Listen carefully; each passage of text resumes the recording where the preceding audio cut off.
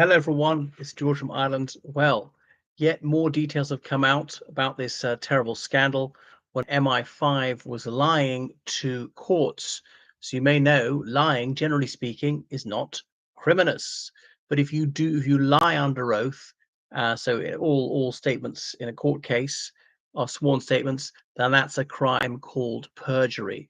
And many perjurious statements were made to courts, to three different courts. So MI5, in case you don't know what it is, that's the United Kingdom's internal intelligence agency, the counterintelligence trying to catch foreign spies and terrorists and so on. It's not a law enforcement agency, has no power of arrest, has a police liaison unit which would carry out the arrests for them. So there is investigatory the right word, because they're not trying to provide a file of evidence with which to prosecute. The police do that. So it could be surveilling people, obviously physically, but hacking into their emails, phone calls, and stuff like that, breaking into their houses. Now they're given extraordinary powers. There are exemptions for them in the Data Protection Act, the Freedom of Information Act. There's also a Regulation of Investigatory Powers Act, which is mostly about them from the early Tony Blair era.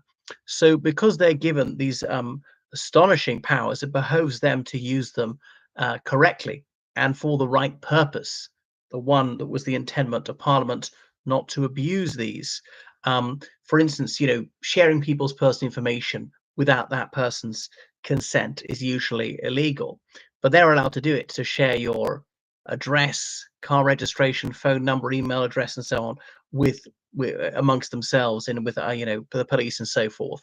All right, and I realize why they need to do that, but we have to be sure that they're doing things for the proper purpose and not abusing it and not lying to us, because the courts have got to have some sort of oversight. Otherwise MI5 could be a law unto themselves, and the temptation to abuse these powers would be almost irresistible.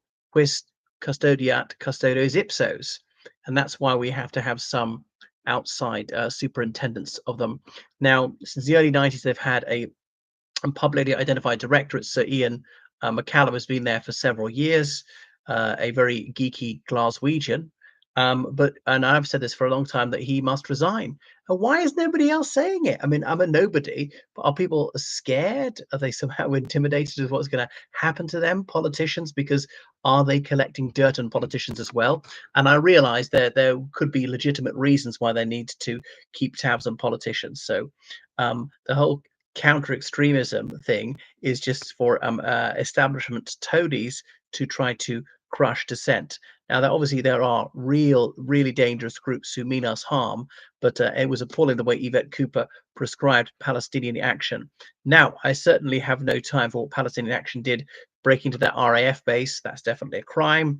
Vandalizing that RAF plane, yes, that's a terrible crime that caused millions of pounds worth of damage, and they deserve a sentence of several years. But Palestine action hasn't killed anybody, injured anybody, threatened to do so. So it shouldn't be prescribed. The individuals who vandalized the plane, yeah, they definitely should be dealt with firmly.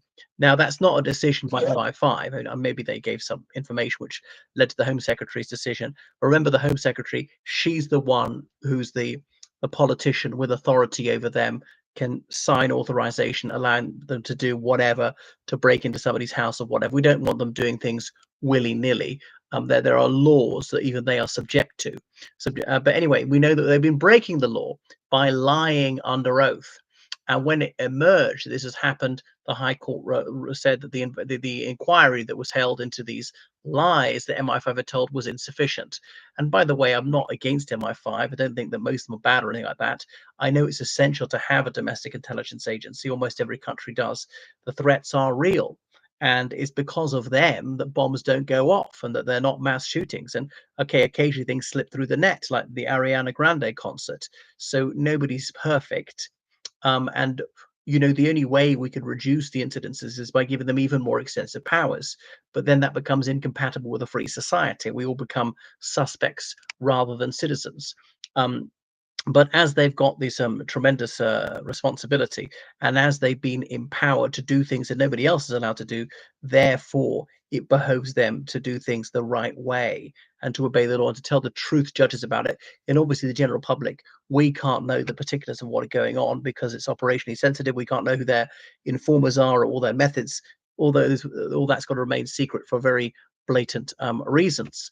But there was so much lying, and these will be specially court judges who had developed vetting to see that they're not like agents of a foreign power, and lawyers who have developed vetting where they've whatever they've investigated them, they've been questioned for hours, they've had various character witnesses questioned for hours to see that they are trustworthy and so on.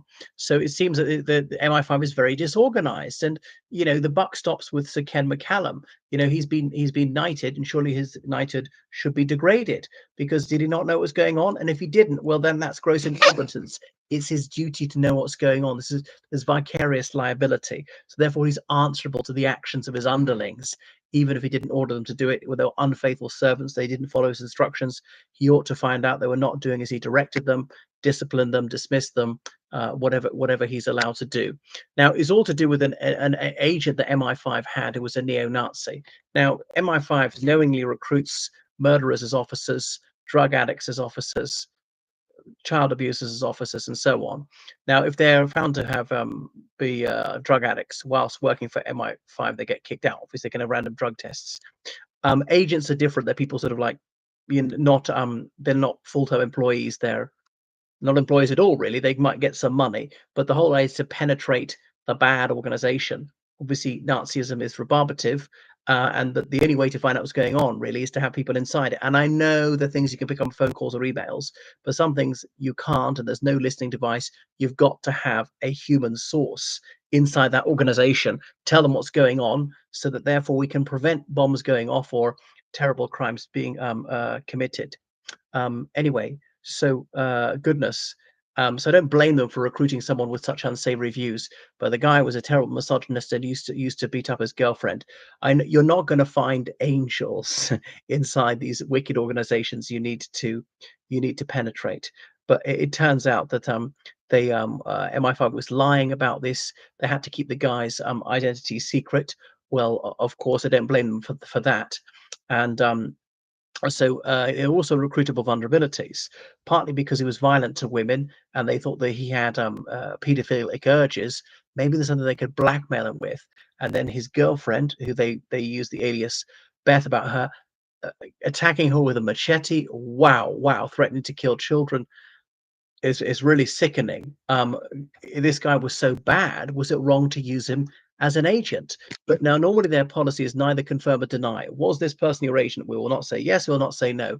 But then they've broken this sometimes, and they've tried to intimidate BBC journalists, particularly Daniel De Simone, by not publishing this story. They do have their pet journalists whom they'll feed stories to.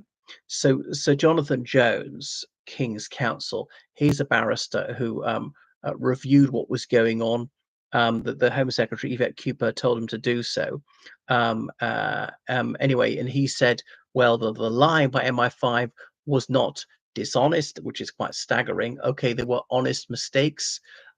How can they've got such important information so wrong? So there were personal shortcomings, and it was just too disorganized. But that maybe rescue Sir Ken McCallum's honesty at the expense of his competence. I mean, he didn't personally testify, I don't think, but his people below him have to be answerable. So they're breaking the law in a very serious way. Because I know that ordinary people like me, we can't know what's going on, but the courts have got to see that they're not abusing their powers like that. Anyway, so what on earth is going to happen? Why is he not going? I mean, they don't last that many years, so probably last on for a few years. But it's very dispiriting that somebody who's run the organization so badly should be allowed to go there. So, one of the MI5 officers is shown to have lied about the contents of a phone call with a BBC journalist and so on. And there were certain written records which MI5 claimed that they didn't have, whereas they actually did have, and so on like that. It's all come out in the media. Shocking. All right. Thank you. Goodbye.